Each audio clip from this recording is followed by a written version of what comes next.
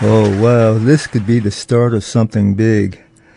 Yoko Miwa, live at Scholars Jazz Club with Greg Laufman on the acoustic bass and Scott Goulding on drums and Yoko Miwa on the piano, and she's on the line. Yoko, welcome to WPFW.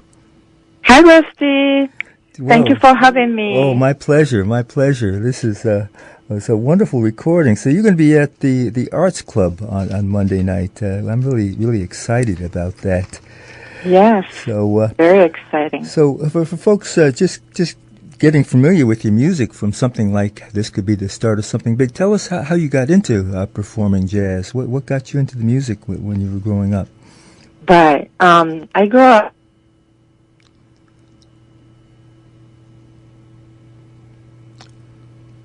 everybody learn how to play classical music when you are like 4 years old, Sure. 5 years old. And of course, that's what I did. But I just loved playing piano so much. Even I didn't have a real piano. We had just an organ in the house. But I just fell in love playing the organ all day long. And I just wanted to take a piano lesson so bad. And, all I did was just study classical, and I didn't know anything else, just played a little bit of pop or something, but we don't have much jazz. I mean, especially my time, I didn't know much about jazz. And just thinking about, I will be classical pianist. That was my goal. Like, I'm going to go to college, music college, studying classical, and I'm going to be a classical pianist, but I didn't know exactly what I will, I'm going to do as a classical pianist. But I listened to beautiful jazz song, and I just fell in love with it. And I told my mom, I love jazz. I don't know much about it, but I want to take a jazz piano lesson. And my mom knew, actually my mom's Japan in my city. And I was really lucky to study with him. I don't know if you are familiar with Japanese jazz pianist Makoto Ozone. Of course. Yes. Wow. So his Yes. so his father was my first jazz piano teacher, and he was a great teacher. He just played something for me, and I remember my first lesson was he played tenderly on a cassette tape, like a whole thing from the beginning to the end, include like his solo and everything. I was like, wow. And then he said, you just learn this by ears. Don't write down. Just memorize and play as much as you can. Next time you come, just play this. I was like, okay. So I never studied jazz before. Everything was very new. And it's like chords and melody chart. It's very different from classical music. Everything is written. But this chart he gave me is just melody and chords.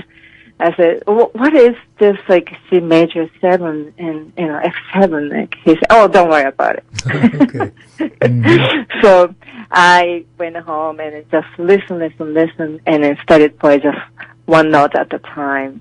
But that way I really listened and tried to copy the way he played the melody and phrase, like, the swing feel I never played before. And it was really difficult, but I had perfect pitch, which really helps too. So I spent so much time, but in 2 weeks I memorized the whole thing from the beginning to the end. And I went back to his, my lesson with Makoto's father, and then I played it, and he was very surprised. I played the whole thing, so. That's how I started playing jazz. Wow, that's an incredible start. How old were you when you took I was 19 years old, Okay. so I was still Okay. in college studying classical music. Right. Yeah. So how did you get to the United States?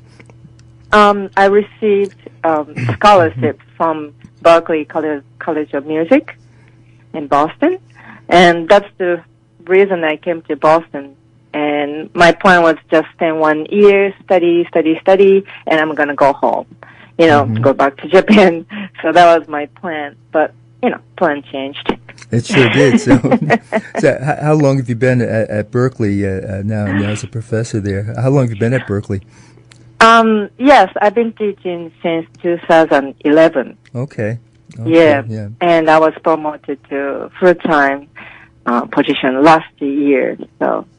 Congratulations. Yep. Thank you so much. No. Yes. No.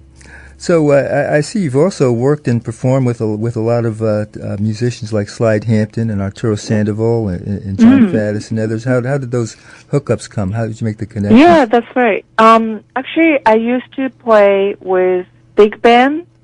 The club is called Riles Jazz Club in Cambridge, in Boston. I used to play with this big band every Sunday, and many years. Like when I was a still student at Berkeley, started, and then probably like 10 years we were playing every week. And once in a while we had special guests.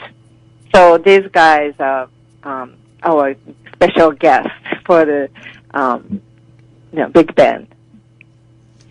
Okay, so yeah. Yeah, that was a great opportunity to play with them. Yeah. I know. So you have a concert coming up this Monday night at the Arts Club of Washington at 2017 I Street Northwest. It's actually right near the White House. It's have you played in Washington before? Have you been down here? Just once. I played at Kennedy Center. Oh, okay. That was part of Mary Lou Williams. Women's Jazz. Yeah, Women's Jazz. Yeah, exactly. Okay. Yeah. Okay.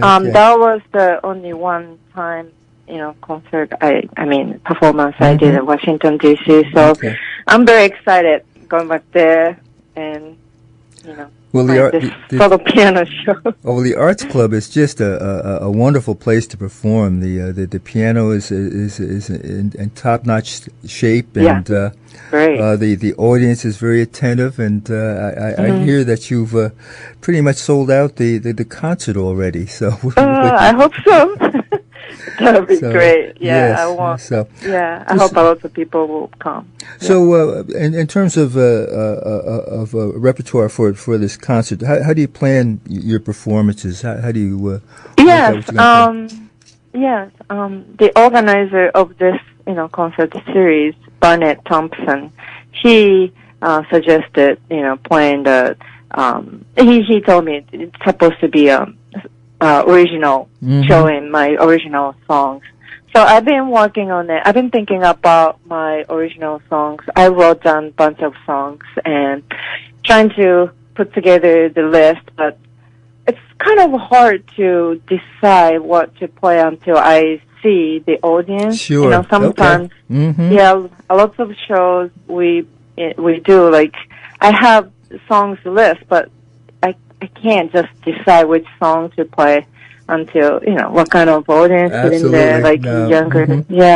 So, but mostly, I'm going to play a lot of my original songs. Okay, excellent. We have actually one of your originals queued up, Mr. BG. Who is Mr. BG? Guess who? Oh, okay. Benny Green. Yeah, okay. Yeah, he's one of my favorite pianists. Oh, and, good. I wanted to tribute this song. Oh, fantastic. It's been a long time, but I interviewed him years ago, and I love his playing. So that's good. That's good. Tell us about the trio that we've been listening to on your Scullers recording. Greg Laughlin on bass and Scott Goulding on drums. My trio been together more than 15 years. Oh, at this wow. point. Okay. Very long time. So Greg Laughlin, he was the first bass player with us for many years. And, actually we have several, different bass players. Now we have, a different bass player. We play all the time together. Brad Barrett. He's in Boston also. But, yeah, we've been, my trio has been together for many, many years. So, and we have a lots of interesting repertoires. And, I want to play with band members. They understand my playing. And especially Scott Goulding, he's long time. I mean, we've been playing together from the beginning. He's a big part of my trio. And I'm very lucky to play with these guys. They're really great musicians, and they understand my playing, and they're very supportive of mine. So, yes. Well, excellent. Well, we're looking forward to your solo performance on Monday night. And again, this is at the Arts Club at Washington at 2017 I Street Northwest. It's Monday night at 7 p.m. And you can get tickets at pianojazz.com. Order online, www.pianojazz.com for tickets. And you better put your request in soon, because it's going to be a full house on Monday night. Yoko, I want to thank you for calling in tonight, and we're going to get into your composition, Mr. BG, and we'll see you Monday. Thank you so much. Thank you for having me. Well, my pleasure. It's been a delight, and I'll see you then. See you then. Okay, bye-bye.